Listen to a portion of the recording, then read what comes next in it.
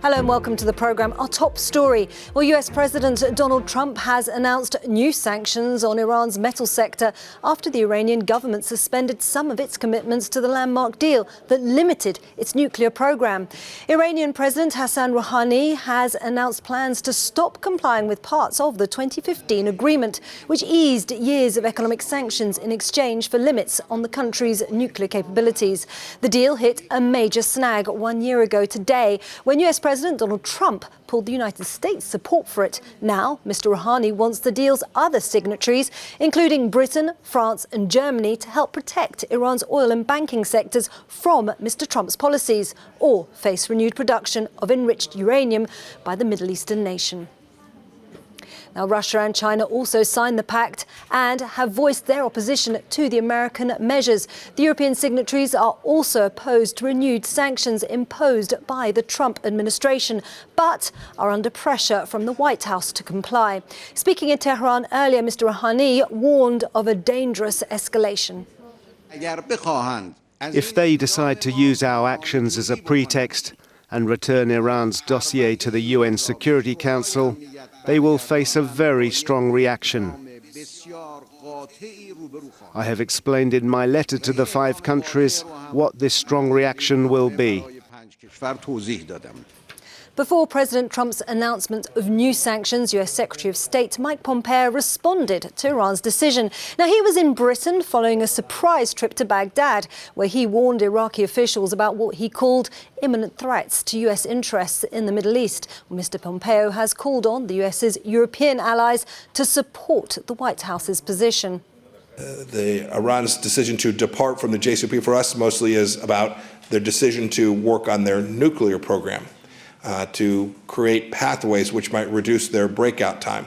These are the things that are essential for us to continue to work and to observe. And I am confident that as we watch Iran's activity, that the United Kingdom and our European partners will move forward together to ensure that Iran has no pathway for a nuclear weapons system. Well, Russia is one of the key signatories on this nuclear deal, and they've accused the US of making it hard for Iran to fulfill its obligations under the 2015 nuclear deal. Iranian Foreign Minister Mohammad Javad Zarif met with his Russian counterpart Sergei Lavrov in Moscow today to condemn the White House's approach to the agreement. It is obvious that we are dealing with a government that breaks laws. As Mr. Lavrov said, the Joint Comprehensive Plan of Action is important for international cooperation, and that's why the Islamic Republic of Iran has been committed to its obligations within the JCPOA for the last year, despite all the measures that the U.S. has taken. And the decision that Iran has made today is within the JCPOA implementation limits, but not against the JCPOA. Well, Iran has set a deadline on its call for action from the European signatories to the agreement.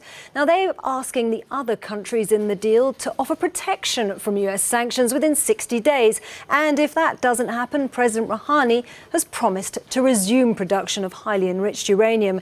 That material can be used to produce nuclear weapons.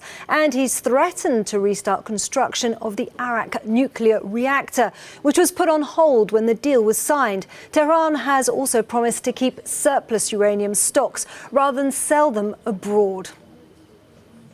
Now, for a closer look at what all this means, we're joined by Dr. Todd Allen. Now, he's the chair of the Nuclear Engineering and Radiological Sciences Department at the University of Michigan, and he joins us from Ann Arbor in the United States. Well, thanks so much for joining us on the program. Now, can you just put this into perspective for us? With Iran threatening to increase the production of highly enriched uranium, what can you tell us about this substance, and why have foreign governments got to be concerned about its production? Yeah, absolutely, and thanks for having me on the show. Uranium, the material that you would make a nuclear weapon from, there are various types. Only certain ones can actually be used for a weapon, and it turns out that in natural uranium, what you dig from the ground, only a very small fraction is useful for weapons. So when we talk about uranium, it means concentrating those parts that are very rare into enough that you can make a weapon with. And when you hear about centrifuges in Iran, it's the the way that they use to concentrate or enrich the uranium. So it's really the process for making a material that a weapon could be made from. And then what about this issue about heavy water? Because we also heard Hassan Rouhani say that Tehran wanted to keep now amounts of heavy water. What is it, and what can that be used for? Right. So heavy water just means it's a rarer type of water where you've got a slightly heavier mass because of the concentration of hydrogen in it.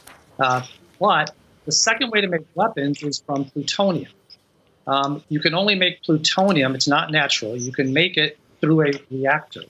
And heavy water allows you to make and operate a reactor that doesn't require enriched uranium. So you don't need the centrifuges. So there's really two pathways we're talking about. The enrichment allows you to make a weapon from natural uranium by concentrating uranium. The heavy water allows you to more easily make plutonium, which could be a weapon. So in both cases, governments are worried about allowing a country to have heavy water or enrichment because it gets them closer to making a weapon. OK, well, Todd Allen, thanks so much for helping us understand the science behind Tehran's latest moves. Todd Allen there for us in Michigan.